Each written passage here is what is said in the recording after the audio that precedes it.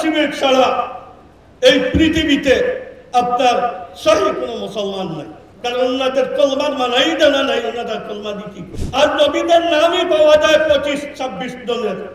এখানে লক্ষাধিক আম্বিয়া কেরামকে আল্লাহ প্রোগ্রাম করে গুনাহ করাইছেন, এই কথাটা উনি জানেন। আপনারা দেখতেছেন পট পরিবর্তনের পরে 1941 সনে এক ইসলাম নামী জানদারের আপনার জন্ম হয়েছিল। মওদুদী সাহেব তার প্রবর্তক জন্ম দিয়েছিলেন। আজকে এই স্লোগান চতুর্দিকে উঠতেছে 1941-এর ইসলাম প্রতিষ্ঠা করার জন্য সবাইকে ঐক্য করতে হবে। আমরা 1500 বছরের মুহাম্মদুর রাসূলুল্লাহ সাল্লাল্লাহু আলাইহি ওয়াসাল্লামের আনিত আর কোরআন মজিদের আপনার যে ইসলাম, এই ইসলাম ছেড়ে আমরা 1941-এর ইসলামের উপরে একমত হইতে পারতেছি না। এই অপরাধের কারণে আমাদের বিরুদ্ধে আপনার সারা দেশের গালি বকা যা আপনার এইভাবে করতেছে, এই অসহায় অবস্থায় আপনারা আমাদের সহযোগিতা করলেন, এখানে উপস্থিত থেকে আমাদেরকে সাপোর্ট করলেন। আহলুস সুন্নাত ওয়াল জামাত কওমি অঙ্গন আর হেফাজতে ইসলামের তর্জমান আর ভাষ্যকার জমিয়তে উলামায়ে ইসলাম, আপনারা আশায় এটা একটা সনদ পেয়ে গেলাম আমরা। আল্লাহ তাআলা আপনাদেরকে জাযায়ে খায়ের দান করুন।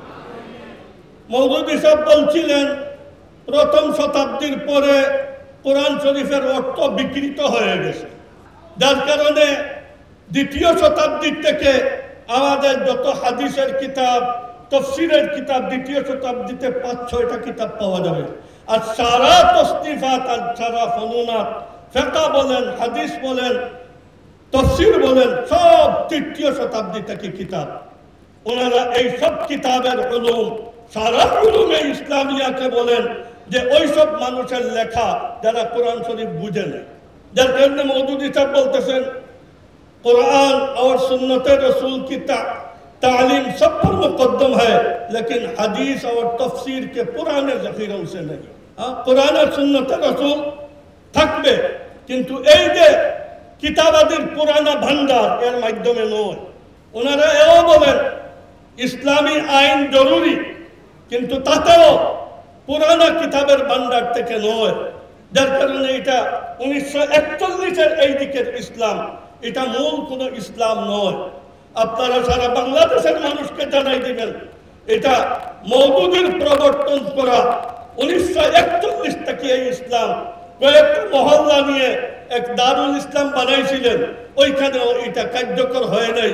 এটা আপনার ডিমের মতো ফাটি গেছে, কোনো ধরনের কার্যকর হয় নাই। 80 জন উলামায়ে কেরাম উপমহাদেশে ছিলেন, সম্পূর্ণ উলামায়ে কেরাম মওদুদী সাহেবকে ছেড়ে আপনার চলে আসছে। ওনাদের এই আকীদা, নামাজ, রোজা, হজ, যাকাত এইগুলা মুখ্য কোনো ইবাদত নয়, এইগুলা মওদুদী ইসলামী রাষ্ট্রের জন্য এটা একটা ট্রেনিং কোর্স। আমরা এই আকীদায় ওনাদের সাথে একমত হইতে পারি না। ওনারা নিজেই বলেন দ্বিতীয় শতাব্দী থেকে যত মানুষ লা ইলাহা ইল্লাল্লাহ পড়ছে, কেউ লা ইলাহা বলে কিসের ইনকার করলো আর ইল্লাল্লাহ বলে কিসের ইসবাত করলো কেউ জানে না, কেউই বুঝে না। ওনাদের দাবি জামাত শিবির ছাড়া এই পৃথিবীতে আপনার সহি কোনো মুসলমান নাই, কারণ ওনাদের কলমার মানাই জানা নাই, ওনারা কলমা দিয়ে কি করবে। আমরা এই সারা তিরস্কার আর সারা গালিগুলো এইগুলার পরেও আমরা এখানে আসছি। আমরা কি এই কথাকে বরদাস্ত করতে পারি যে আল্লাহ তাআলা প্রোগ্রাম করে প্রত্যেক নবীকে দিয়ে গুনাহ করাইছে? এই আকীদা প্রত্যেক জামাতের শিবিরের, তাদের আপনার সিলেবাস মুক্ত বইয়ের মধ্যে এইসব লেখা। দেখা যায় মওদুদী সাহেব 6-7 জন নবীদের উপরে আক্রমণ করলেন, আর নবীদের নামই পাওয়া যায় 25-26 জনের। এখানে লক্ষাধিক আম্বিয়া কেরামকে আল্লাহ প্রোগ্রাম করে গুনাহ করাইছেন, এই কথাটা উনি জানেন। এর মানে নতুন একটা আপনার নিজস্ব ইসলাম। বর্তমানে যে ঐক্য হইতেছে এটা 1941-এর লাহোরে যে মওদুদী ইসলাম ছিল, এই মওদুদি ইসলাম প্রতিষ্ঠা করার জন্য আমাদের সবাইকে দাওয়াত দিতেছে তাদের সাথে এক হওয়ার। আমরা কোনোদিন মূল ইসলামকে ছেড়ে দিয়ে আপনার লাহুরি ইসলাম আপনার মুতাকিদ হইতে পারি না। আমরা যদি একাও থাকি তবু এই দেশে আহলুস সুন্নাত ওয়াল জামাআতের পতাকাকে আমরা উড্ডীন রাখবো। এইগুলা বেঁচে আসা একটা শক্তি ইনশাআল্লাহ বেঁচে আবার বঙ্গোপসাগরে পতিত হয়ে যাবে যদি আপনাদের সহযোগিতা আর সমর্থন আমাদের সাথে থাকে।